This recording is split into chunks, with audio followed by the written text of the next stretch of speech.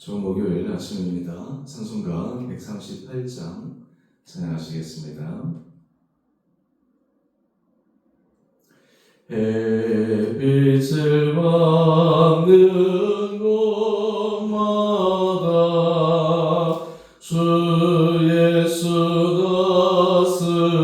다스리시고 이 세상 끝날 때까지 그 나라와 성하리라. 주님을 찬양하면서 간절히 기도드리니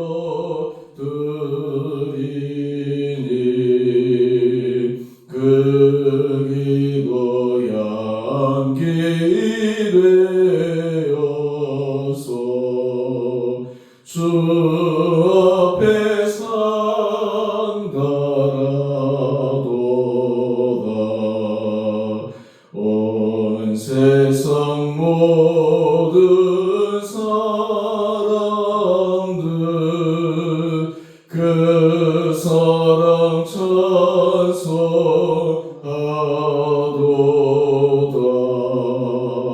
어린이들도 기뻐서 구주를 찬송하도다. 주 예수 계신 곳마다 그네 충만하도다.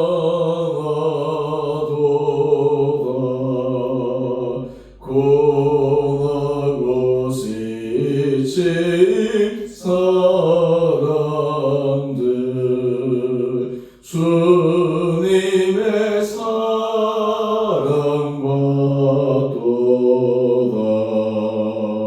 이 세상 모든 마누라 주 앞에 경배하여라.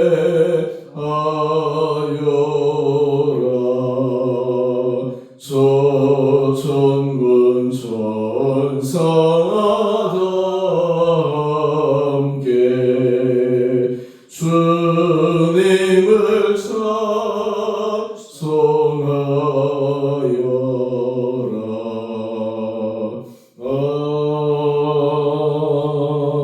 아멘. 오늘 함께 묵상하신 말씀 스가랴 14장 9절에서 15절까지입니다.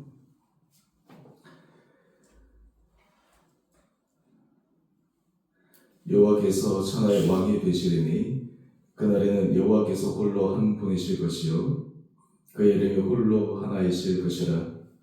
온 땅이 아라바 같이 되되 게바에서 예루살렘 남쪽 림문까지 이를 것이며 예루살렘이 높이 들려 그 본처에 있으리니 베냐민 문에서부터 천문 자리와 성 모퉁이 문까지 또 하나넬 망대에서부터 왕의 포도주 짜는 곳까지라. 사람이 그 가운데에 살며 다시는 저주가 있지 아니하리니 예루살렘이 평안히 서리로다. 예루살렘을 친 모든 백성에게 여호와께서 내리실 재앙은 이러하니 곧 섰을 때에 그들의 살이 썩으며 그들의 눈동자가 눈구멍 속에서 썩으며 그들의 혀가 입 속에서 썩을 것이요 그날에 여호와께서 그들을 크게 요란하게 하시리니 피차 손으로 붙잡으며 피차 손을 들어 칠 것이라. 유다도 예루살렘에서 싸우리니 이때에 사방에 있는 이방 나라들의 보화 곧 금은과 의복이 심히 많이 모여질 것이요 또 말과 노새와 낙타와 나귀와 그 진에 있는 모든 가축에게 미칠 재앙도 그 재앙과 같으리라. 아멘. 우리 스가랴 말씀을 묵상하면서 하나님께서 이스라엘 백성들을 다루시는 방법을 계속해서 살펴볼 수 있습니다. 여러분 한 페이지 넘겨보시면 묵상 에세이의 새 언약을 기억하라 라는 제목으로 글이 있습니다. 그 글에 나오는 내용을 간략하게 좀 말씀을 드리면, 하나님께서 성경에서 말씀하신 여러 언약들이 있습니다. 노아에게 하신 언약이 있고, 아브라함에게 하신 언약이 있고, 또 모세를 통해서 주신 언약이 있습니다.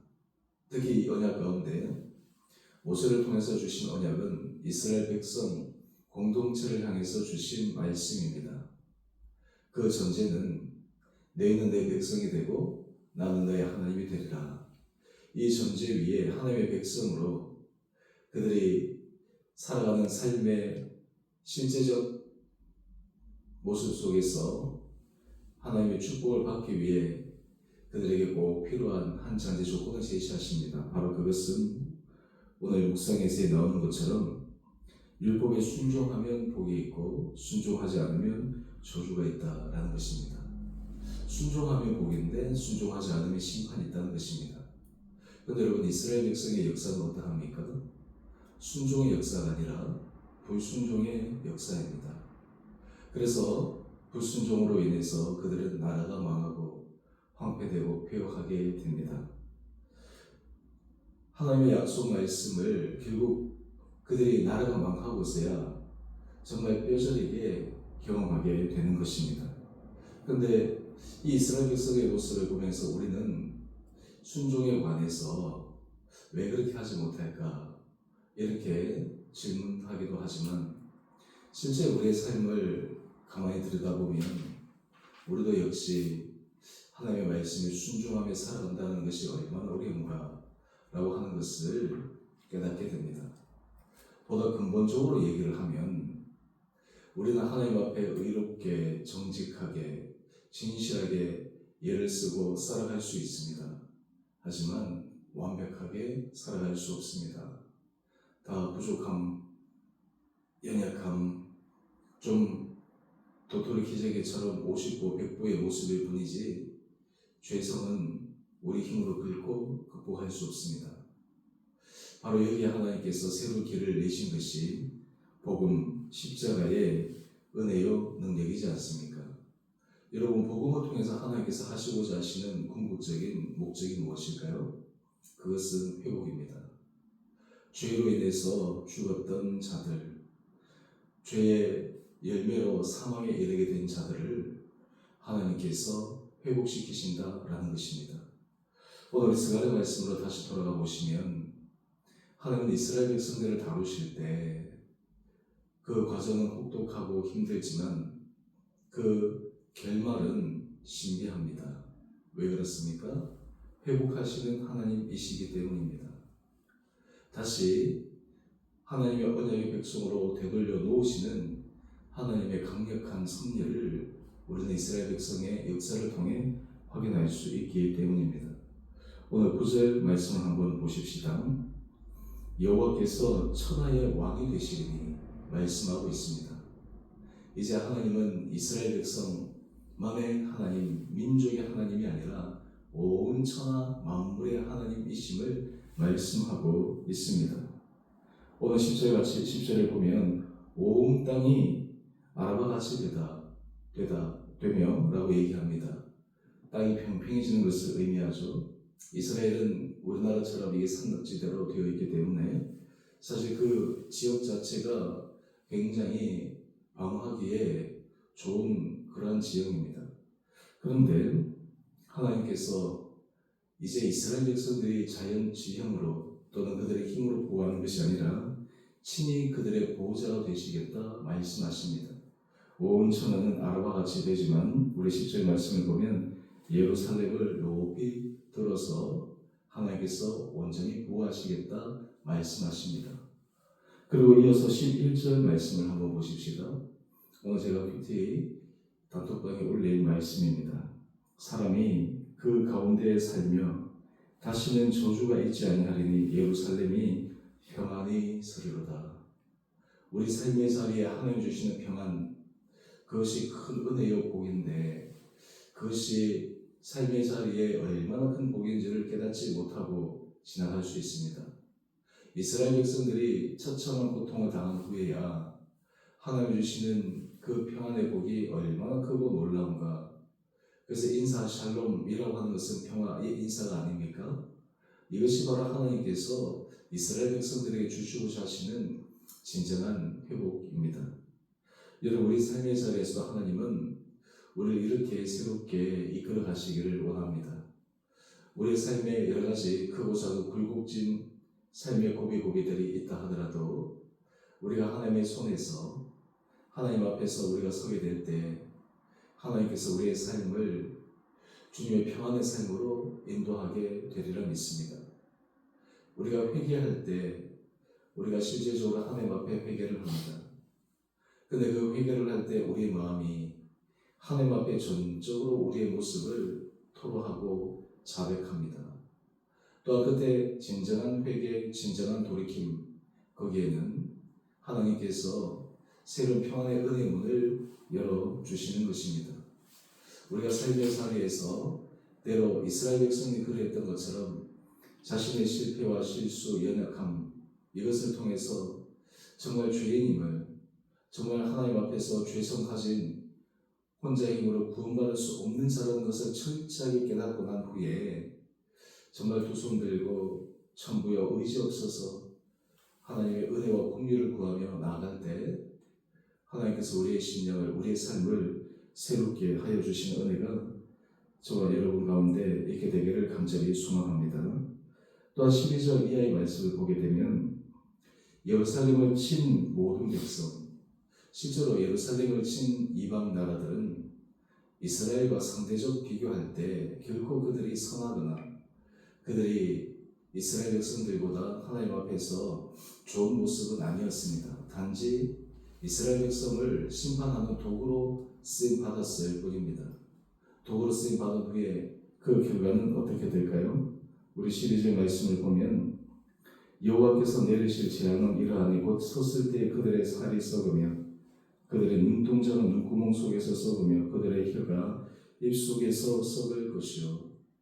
하나님은 선악간의 모든 것을 결국 바로잡으시는 분이심을 우리는 말씀을 통해서 다시 확인할 수 있습니다. 여러분, 오늘 이 아침 우리가 하나님 앞에 새로운 은혜를 구하며 나가는 시간 되기를 원합니다. 지난 모든 시간들을 돌이키며 정말 하나님 앞에 새로운 믿음의 결단하는 귀한 시간 될 수 있게 되기를 원합니다. 우리 인생에 있어서 때로 하나님이 우리의 힘으로 할 수 없는 그런 절박한 상황으로 우리를 내모실 때가 있습니다. 그때는 우리가 하나님 앞에 전적으로 매달려야 되는 시간이요, 하나님의 음성에 귀를 기울이는 시간이요, 하나님께서 하시고자 하시는 그대로 우리가 순수히 그리고 순종하며 따라갈 수밖에 없는 시간입니다. 그 시간을 우리가 겸손히 지나갈 때 하나님은 우리의 삶의 자리에 이스라엘 백성들에게 허락하셨던 그들 가운데 부어주셨던 평안의 은혜복을 우리 심령과 우리 삶의 자리에도 실질적으로 주실 것이라 믿습니다. 오늘 살아가는 이 하루도 하나님께서 우리 성도님들 심령 가운데 평안의 은혜복을 허락하여 주시기를 원합니다. 우리 삶의 자리에 주님의 하실 일을 믿음으로 바라보며 우리가 주님 앞에 회개할 것은 회개하고 돌이킬 것은 돌이키고 변화시킬 것은 변화시키고 새로운 믿음의 결단을 통해서 하나님의 은혜 앞에 새롭게 우리 마음을 작정할 때 하나님의 은혜와 긍휼을 경험하는 복된 시간 될 수 있게 되기를 주님 이름으로 축원드립니다. 우리 함께 기도하시겠습니다. 사랑해 주님, 오늘 하나님이 하실 신비한 섭리를 묵상합니다. 죄를 긍휼히 여겨 주시옵소서. 죄를 불쌍히 여겨 주시옵소서. 이스라엘 백성들 하나님의 말씀대로 살아가면 약속하신 복이 있었지만 그 길을 따라가지 못하고 세상의 길, 우상을 섬기는 길, 죄악의 길, 그 유혹에 빠져 결국 하나님의 약속의 길을 포기해버렸던 이스라엘 백성들, 아버지, 바로 그 모습이 오늘 우리들 안에도 여전히 죄성으로 남아있음을 고백합니다. 십자가 보혈의 능력 앞에 새롭게 서게 하여 주시옵시고, 그럴 때 주님께서 새롭게 회복시키시고 변화시키신 은혜가 우리 심령 가운데 경험케 되게 하여 주시옵소서. 주님, 우리 성도들 가운데 몸이 연약한 자들이 있습니다. 또 가족들 가운데 하나님 몸의 건강으로 주님의 간절한 기도와 간구를 구하는 성도들이 있습니다. 주님, 친히 역사하여 주시고 친히 함께하여 주셔서 정말 그 힘든 시간, 답답한 시간을 통해서 더 크신 주님의 구원의 능력의 손길을 경험케 하여 주시옵소서. 주님, 우리 다음 세대 자녀들을 축복하여 주시기를 원합니다. 우리 자녀들, 그들의 인생길을 주님께서 열어주시옵시고 하나님께서 그들의 필요한 모든 것들을 아름답게 채워주시옵소서. 무엇보다 수험생, 입시생 우리 자녀들을 주님 기억하여 주셔서 남아있는 시간 그들의 최선을 다하여 또한 그들이 주어진 그 시간 안에 집중력 있게 잘 마무리하여 좋은 유종비를 거두게 하여 주시고 이후의 모든 결과를 통해 그들이 정말 주님의 큰 은혜를 받는 귀한 믿음의 자녀들임을 고백케 하여 주시옵소서. 우리 주님께를 주님께서 기억하여 주시옵시고 은혜와 긍휼을 베풀어 주시옵시고 정말 성령께서 이 교회 공동체 가운데 친히 운행하시고 좌정하여 주셔서 우리 안에 새로운 믿음의 은혜의 결단으로 나가는 거룩한 교회 되게 하여 주시옵소서. 오늘 하늘 하루 산도 주께서 죄를 온전히 붙들어 주시기를 우리 사랑하신 예수님 이름으로 감사 기도 드리옵나이다. 아멘. 하늘에 계신 우리 아버지, 아버지 이름을 거룩하게 하시며 아버지 나라가 오게 하시며 아버지의 뜻이 하늘에서와 같이 땅에서도 이루어지게 하소서. 오늘 우리에게 일용할 양식을 주시고 우리가 우리에게 잘못한 사람을 용서하여 준 것 같이 우리의 죄를 용서하여 주시고 우리를 시험에 빠지지 않게 하시고 악에서 구하소서. 나라와 권능과 영광이 영원히 아버지의 것입니다. 아멘. 오늘도 믿음으로 승리하시는 목표나로 되시기를 바랍니다.